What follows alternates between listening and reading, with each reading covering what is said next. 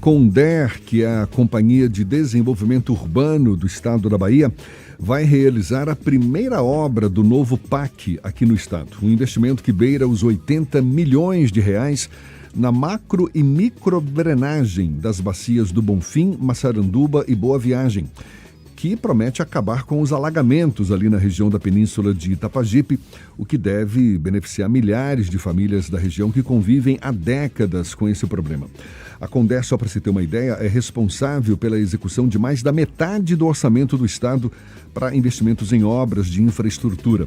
O presidente da Conder, José Trindade, nome que chegou inclusive a ser colocado como provável candidato a prefeito de Salvador, ele desistiu de concorrer à prefeitura da capital baiana por problemas de saúde. Zé Trindade é nosso convidado, é com ele que a gente conversa agora. Seja bem-vindo, bom dia, tudo bom? Bom dia, Jefferson, bom dia, Ernesto, bom dia a todos os ouvintes, todos que nos acompanham aqui no Isto é Bahia. É uma satisfação grande estar aqui junto com vocês e a nossa obrigação é exatamente essa, prestar contas do que o gestor público faz, prestar conta do que a Conder tem feito aí em prol de cada um dos baianos e baianas. Fiz questão de citar que seu nome era colocado como um provável candidato a prefeito de Salvador, porque a gente também quer saber quais são suas pretensões políticas para os próximos anos, mas por enquanto, deixa eu te perguntar, que obra é essa que a Conder vai realizar, a partir de quando? Dá mais detalhes para a gente, essa obra do novo PAC aqui na Bahia. Na realidade, a Bahia ela foi contemplada com 119 bilhões de reais de obras do PAC, desse novo PAC do presidente Luiz Inácio Lula da Silva, junto com o ministro Rui Costa. E nós estamos lançando aqui na Bahia a primeira grande obra a nível Brasil do PAC, que é essa obra do macro e microdrenagem, toda aquela bacia de Itapajipe, da Península de Itapajipana, que abrange ali 150, 180 mil pessoas naquela. Problema histórico esse ali, né? De alagamento na região. Eu diria a você que ali vai ser a maior obra social e econômica do nosso estado. Por que isso? Quem vive ali sabe que mais de 50 anos você vem com problemas de alagamento. E quando existem aqueles alagamentos, chuva de 30 minutos, as águas entram pelos comércios ali, pelas lojas, e o comerciante perde todo aquele estoque dele ali, danifica aquele estoque dele todo. Quantas pessoas ali deixaram, alunos e famílias deixaram de ir e vir para suas casas, para suas escolas quando chove? Então ali eu entendo que é uma obra com impacto social e econômico extremamente importante para aquela região toda. É um investimento ali de 80 milhões de reais, e que nós vamos já nesse início, no mês de novembro desse ano, daqui a mais 15 ou 20 dias, estaremos iniciando aquele processo ali, daquela obra ali, e que vamos fazer, nós chamamos ali de... Porque esse nome macro e microdrenagem é um nome difícil. A pessoa quer dizer o que é macro e microdrenagem. Nós estamos chamando ali Cidade Baixa, Tempo Bom. Nós rebatizamos aquele projeto ali, porque independente de chuva, de sol, nós vamos ter naquela região toda ali a possibilidade, sempre o tempo vai ser bom. Mesmo com chuva, o tempo vai ser bom. É uma e obra... nós vamos realmente solucionar de forma definitiva o problema daquela região.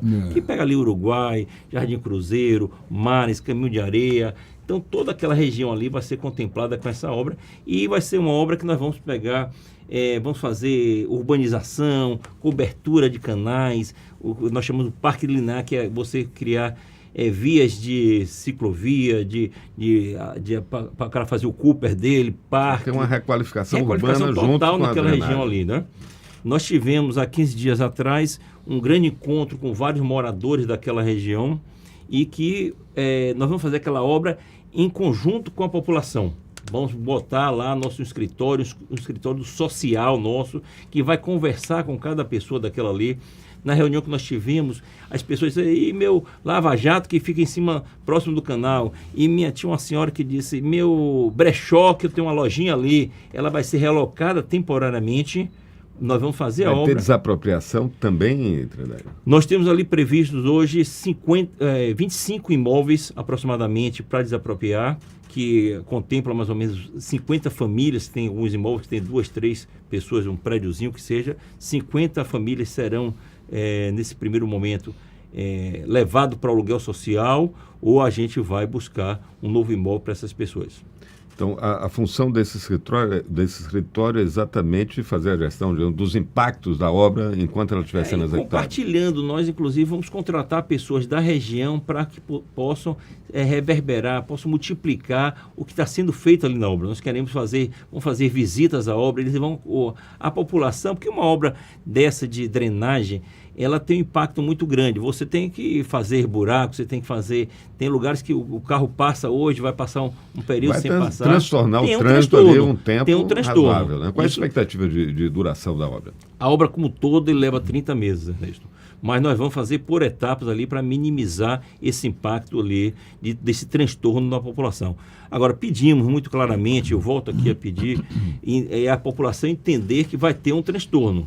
É um transtorno ali, depender da região, de 6 meses, um ano que seja, mas para resolver uma solução de 50 anos. Então, você tem um transtorno provisório, temporário, para resolver uma pendência, um problema que já persiste. As questões de mobilidade, porque ali é um gargalo, exatamente essa área que alaga sempre, ela é um gargalo entre os bairros lá da Península, Itapajipe, e quem vai se deslocar para o comércio, para o centro da cidade, né? Como é que vai ser a convivência com os transtornos das obras nesse período, considerando que a população dos subúrbios já está na expectativa, com as boas notícias agora, mas ainda continuamos sem o trem do subúrbio, né? Já que o VLT ainda não está andando. Então, como é que vai funcionar o esquema de trânsito, especialmente de transporte de passageiros? Nós vamos fazer ali em comum acordo ali com os órgãos municipais para que a gente tenha realmente que o trânsito é uma competência municipal. Então, nós temos que estar de braços dados também com o poder público municipal para que a gente minimize esses transtornos todos que irão existir. Sem arestas nessa articulação com a prefeitura? Não, com a prefeitura não existe nenhum tipo de aresta.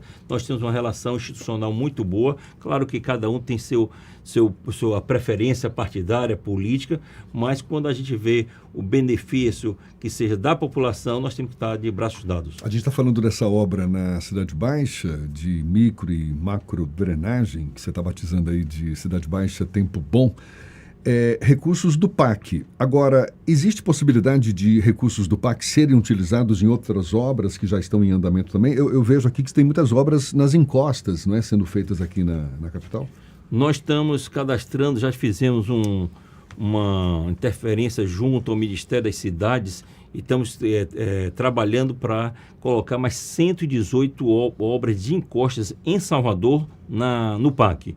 Então, esse PAC está sendo formatado aqui pelo governo federal. Ela vai constar com mais 118 obras de encostas que serão realizadas aqui em Salvador. São obras extremamente importantes. Nós temos uma cidade extremamente acidentada, cheia de morros aqui, e que precisa, digamos assim, com uma ocupação, vamos chamar assim, irregular, pela própria situação de pobreza que muitas vezes leva a nossa cidade.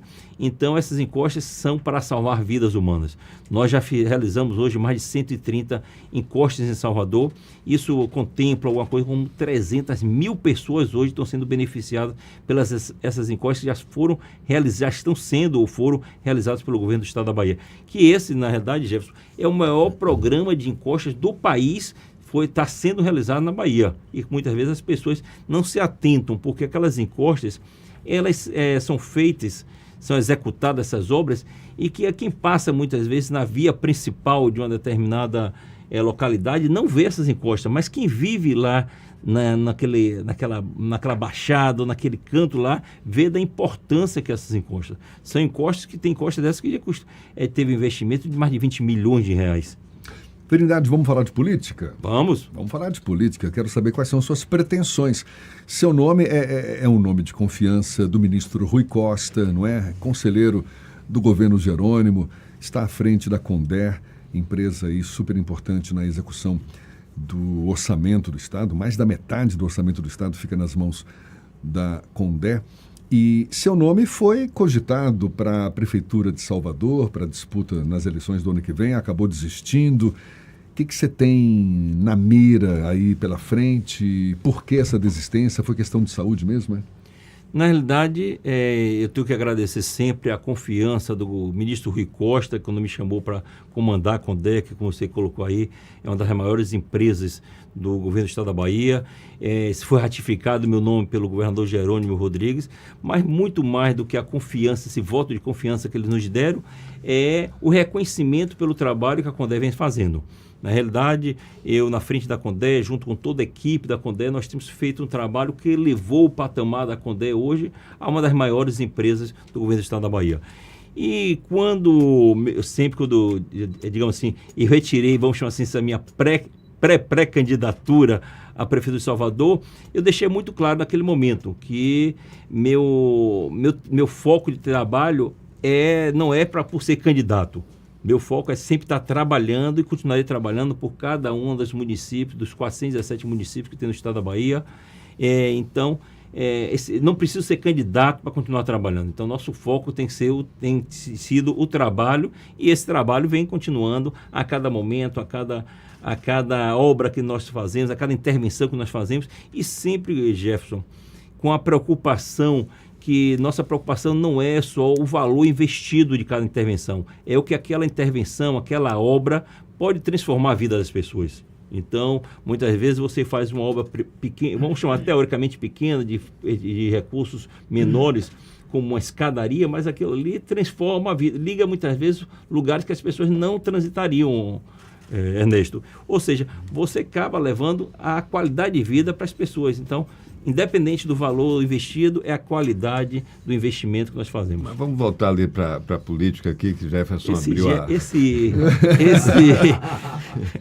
Eu tentei escorregar aqui, mas... O senhor não é candidato, mas é um quadro importante do seu partido, o PSB, que tem pelo menos 2 pré-candidatos ainda colocados, né, que é a deputada Lídice da Mata, que nós entrevistamos aqui recentemente, semana passada, e o vereador Silvio Humberto, que é uma figura muito presente, muito atuante na cena municipal. O senhor também foi um vereador muito atuante, muito combativo, então conhece bem a realidade da cidade, por isso eu queria lhe perguntar.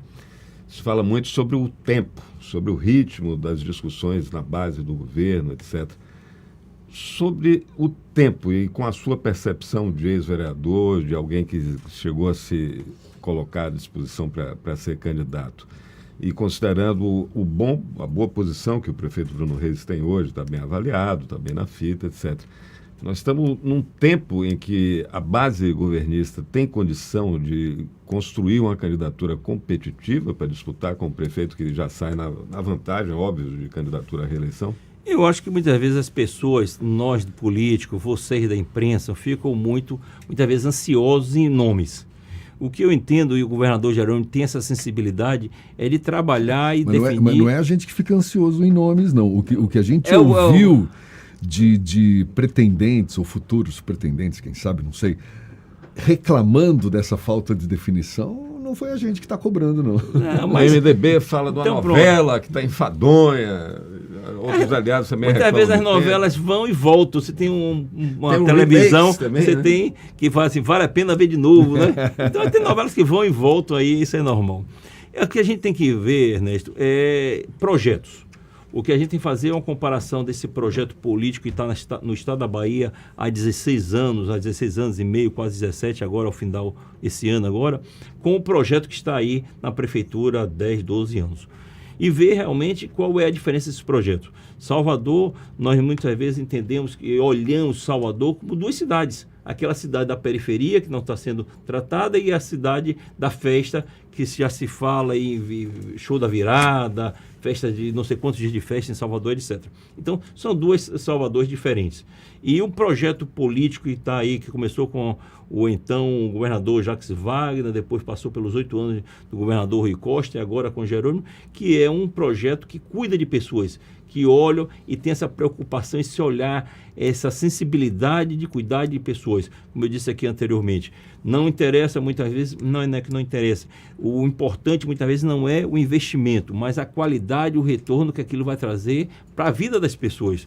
Não adianta eu fazer investimentos milionários e não transformar a vida de pessoas. Nós estamos fazendo hoje o maior programa de escolas em tempo integral do país. Isso, inclusive, serviu para o presidente Lula como uma referência quando ele lançou o programa de educação educação a nível Brasil. São as escolas em tempo integral que, se o baiano conhecesse realmente uma escola, visitasse uma escola, eu acho que todos os diretores, nossa Secretaria de Educação, convida inclusive para as pessoas participarem e ver o que é a realidade daquelas escolas.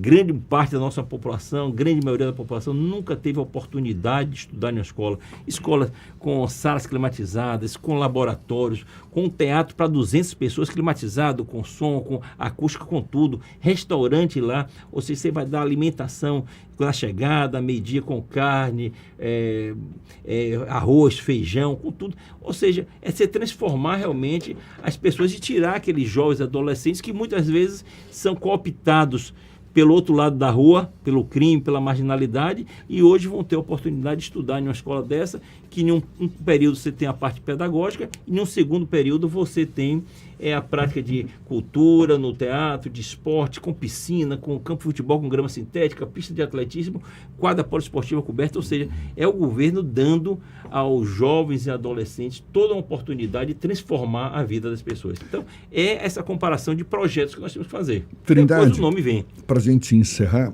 e para não perder o viés político que a nossa conversa tomou agora há pouco. Cadê Ernesto aqui, né? Pois é.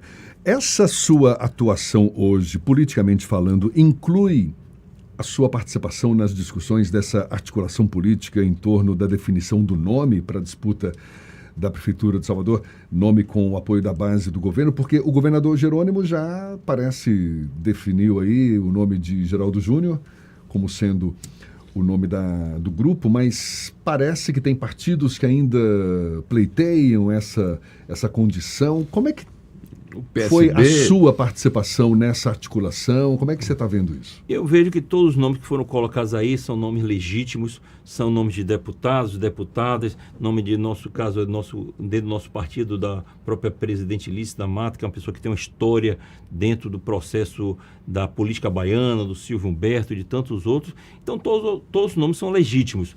E o governador, no momento oportuno, junto com o Conselho Político, ele já vem fazendo isso, tendo as tratativas, as conversas com o grupo político, com esse Conselho Político, e mais alguns atores que fora desse Conselho Político, que é um senador Jacques Wagner, que é o ministro Rui Costa, ele vai saber ele vai ter a sensibilidade e a tranquilidade de escolher o nome, e esse nome que foi escolhido realmente vai ser abraçado, eu acredito que vai ser abraçado por todos, inclusive por mim.